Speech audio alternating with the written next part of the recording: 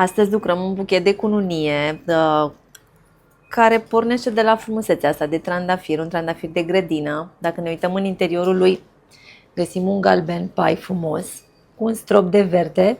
Dacă te uiți pe petale invers, avem un roz foarte frumos și rozul ăsta îl regăsim aici în astilbă, în eremus, îl regăsim și în toate florile astea de câmp, verdețurile astea de câmp, anisetum, ce avem noi aici, miscanthus.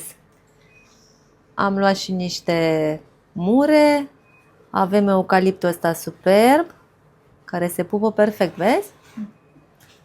Cu berries, astea sunt preferatele mele, uite cât sunt de frumoase. Și o să facem un buchet ușor rebel, venim și cu Ami, să o facem fericite pe mireasa noastră.